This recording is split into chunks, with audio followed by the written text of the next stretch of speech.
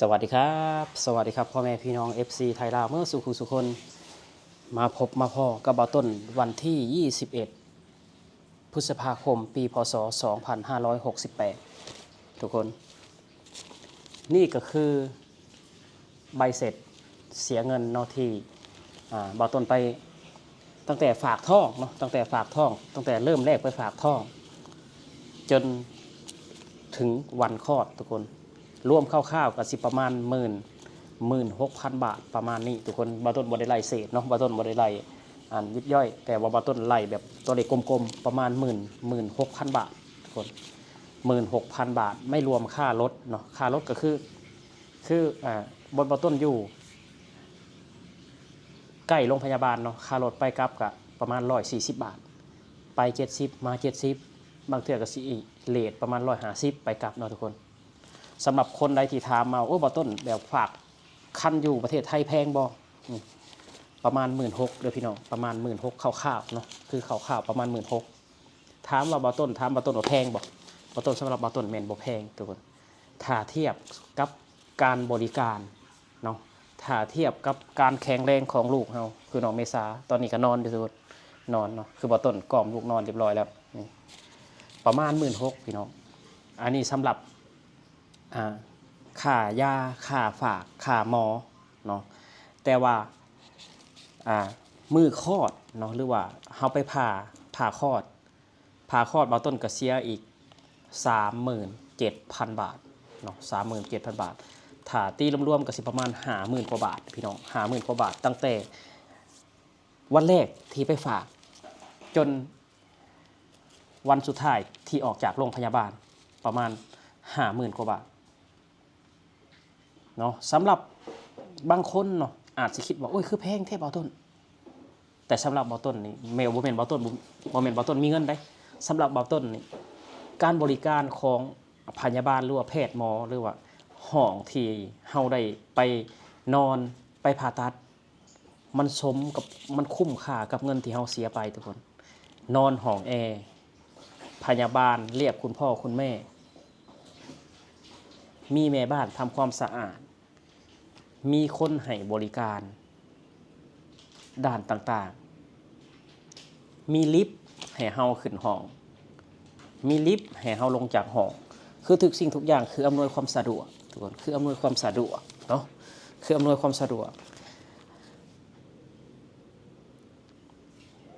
บ่ต้นและแม่นบ่ได้ทำประกันเด้อพี่น้องเด้อเป็นหยังคือบ่ต้นคือบ่ทำประกันเนาะคือบ่ต้นบ่ตอนนั้นบ่ต้นยังบ่ได้เข้าใจ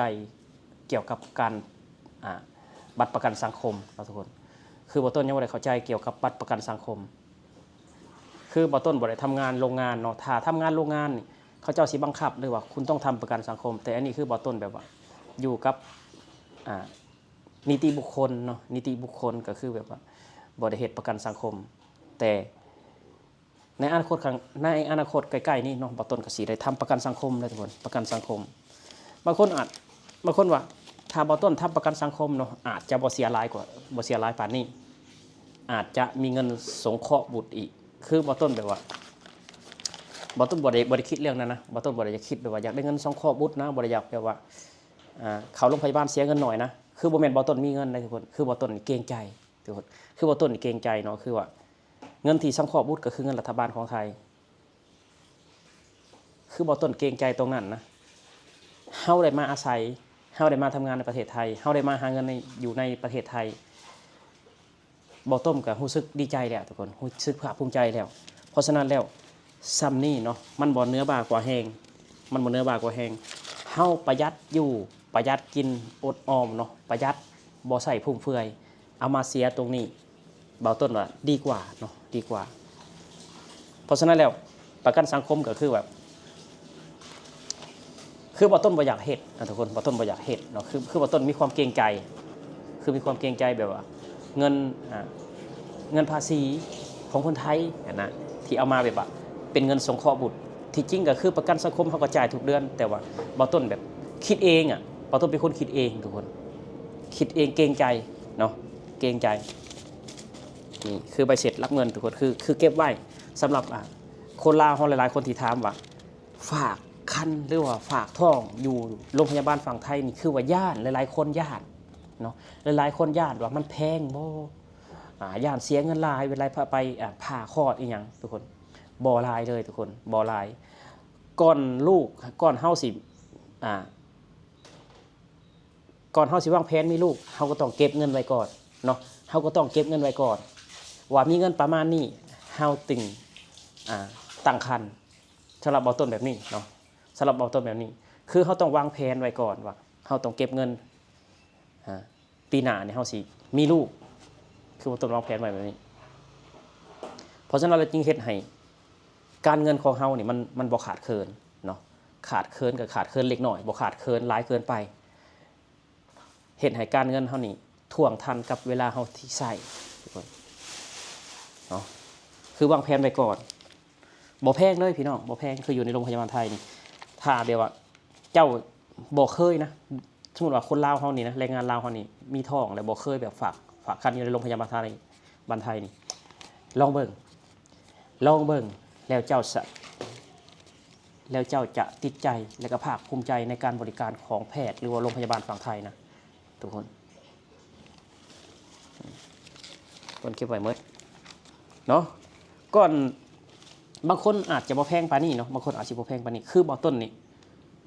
เสียค่าตรวจดาวซินโดรมกับ 6,000 เนาะดาวซินโดรมคือ6,500 เนาะดาวซินโดรม 6,500 ถามว่าตรวจบ่ตรวจได้บ่ตรวจก็ได้เนาะทุกคนเพราะว่าแม่หรือว่าคนที่ตั้งท้องอายุยังน้อยอยู่ถ้าว่า35ขึ้นไปแล้วเพิ่นอยากให้ตรวจยันเด็กน้อยเป็นโรคดาวซินโดรมเนาะคือว่าต้นตรวจ 6,500 ทั้งที่แม่น้องเมษาก็อายุเพียงแค่20 ปีเท่านั้นแต่ว่าบ่ต้นเพื่อความมั่นใจเพื่อความสบายใจเพื่อความสุขของตัวเองเนาะบ่ต้องคิดหยังหลายถ้าเฮาตรวจแล้วมันปลอดภัยมันก็คือปลอดภัยเนาะถ้าว่าตรวจดาวซินโดรมถ้าเจอแล้วถ้าเจอเป็นดาวซินโดรมนะหมอเพิ่นสิถามว่าจะตั้งครรภ์ต่อหรือว่าจะยุติการตั้งครรภ์นี่คือข้อดีของมันทุกคนนี่คือข้อดีของมันเนาะตรวจดาวซินโดรมเพราะฉะนั้นแล้วผู้ได้แบบว่าอายุหลายๆเนาะอายุหลายถ้าว่าอยากมีลูกตอนอายุ35หรือว่า40ก็ควรตรวจดาวซินโดรมเนาะทุกคนควรตรวจดาวซินโดรมถือว่าก็บ่ได้แพงทุกคน 6,500 บาทเนาะคือบ่ต้นคือว่าหมอว่าไม่ตรวจก็ได้นะเพราะว่าคุณแม่ยังอายุยังน้อยอยู่แต่ว่าเบาต้นอยากตรวจให้มันสบายใจอยากให้ตัวเองแบบนอนรับสนิทเนาะบ่ต้องให้คิดกังวลอีหยังเพราะฉะนั้นแล้วก็เลยแบบว่ามันกับเพิ่มค่าใช้จ่ายขึ้นมา 6,500 ทุกคนเนาะรวมทั้งหมดก็ประมาณ 16,000 เนาะสำหรับไปฝากท้องหรือว่าฝากคันคือบ่รวมค่าคลอดคือค่าคลอดก็ 37,000 บาทเบาต้นนอนที่โรงพยาบาล4คืนห้องพิเศษเนาะห้องพิเศษคืนละ 4,000 ก็ถือว่าบ่แพงอาหาร3มื้อมีแม่บ้านทำความสะอาดมีแม่บ้านซักผ้ามีหมอพยาบาลมาดูเกือบทุกๆชั่วโมงเลยทุกคนขึ้นบริการดีสุดยอดเลยทุกคนบริการดีสุดยอดเนาะนี่ก็คือการใช้จ่ายคร่าวๆนะทุกคนการใช้จ่ายคร่าวๆคือรายละเอียดเล็กๆน้อยๆคือว่าต้นก็บ่ได้มาสรุปให้ฟังนะรายละเอียดเล็กน้อยๆบางเนี่ยก็คือเสีย160 บาทนี่70 บาทก็มีทุกคนเนาะคือว่าบ่ถือว่าบ่แพงนะบ่แพงนี่คือบ่ต้นเก็บไว้ทุกคนเก็บไว้คืออันนี้คือใบเสร็จที่ฝากคันหรือว่าฝากท้องที่โรงพยาบาลฝั่งไทยน้องเมษาทุกคนตอนนี้เพิ่นก็นอนรับแล้วตอนนี้นอนรับเลยทุกคนเห็นบ่ล่ะนอนรับแล้วอากาศเย็นๆมื้อนี้คือฝนสิตกคือว่าน้องเป็นคนขี้ร้อนเนาะทุกคนเป็นคนขี้ร้อนถ้าอากาศร้อนๆก็คือว่าอยากงอแงหน่อยนึงอยากงอแงถ้าอากาศเย็นแล้วก็นอนเนาะถ้ากลางคืนนี่เพิ่นสินอนเพิ่นสิตื่นมาแต่ตอนตี 3เนาะตื่นมาดื่มนมตอนตี 3เพราะว่ากลางคืนก็คือว่าเปิดแอร์ให้น้องอากาศมันเย็นแล้วก็น้องเพิ่นก็นอนรับดีเนาะคือว่าคือบ่ต้นนี่ถามว่าลูกมาอุ้มลูกบ่ยามมื้อคืนบ่ต้นบ่ได้อุ้มลูกอุ้มเพราะว่าลูกสาวของบ่ต้นบ่งอแงทุกคนลูกมาแล้วก็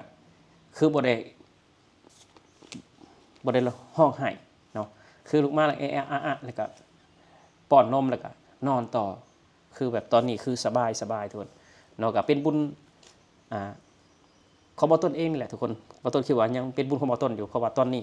น้องเพิ่นก็เดือนกว่าๆแล้วแต่ยังบ่ได้แบบว่าให้พ่อแม่คุมตาเขียวนะยังบ่ได้เฮ็ดให้พ่อแม่คุมตาเขียวคือตอนนี้คือยังเลี้ยงง่ายเนาะก็ขอบคุณ FC ทุกคนที่อวยพรให้น้องเลี้ยงง่ายแล้วก็โตเร็วเนาะคือว่าน้องง่ายคือว่าน้องก็เลี้ยงง่ายโตเร็วอยู่ตอนนี้ทุกคนเนาะเอาสำหรับคลิปนี้เนาะทุกคนบ่ต้นก็สิออกมาชี้แจงข้อมูลคร่าวๆเกี่ยวกับรายจ่ายในการฝากคันที่โรงพยาบาลฝั่งไทยนะฝากคันที่โรงพยาบาลฝั่งไทยสำหรับคนที่แบบว่าย่านค่าใช้จ่ายมันแพงสำหรับเบาต้นเลยแม่นบ่แพงเลยเนาะบ่แม่นเบาต้นรวยได้แต่ว่าถ้าเทียบกับการบริการถือว่าบ่แพงเลยทุกคนเนาะและก็ลูกเฮาก็ปลอดภัยทั้งแม่ปลอดภัยทั้งลูกเพราะว่าทุกสิ่งทุกอย่างเพิ่นต้องตรวจละเอียดทุกคน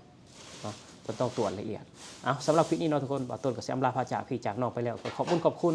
FC ทุกๆคนเนาะที่เขามาให้กำลังใจบ่ต้นเบิ่งคลิปอย่ากดข้ามโฆษณาสนับสนุนบ่ต้นโดยการบ่ข้ามโฆษณาเพื่อให้บ่ต้นได้มีค่าแพมเพิร์สได้มีค่าให้น้องเมษาทุกคนเพื่อให้บ่ต้นมีเงินเลี้ยงลูกเนาะค่าแพมเพิร์สค่าแป้งค่า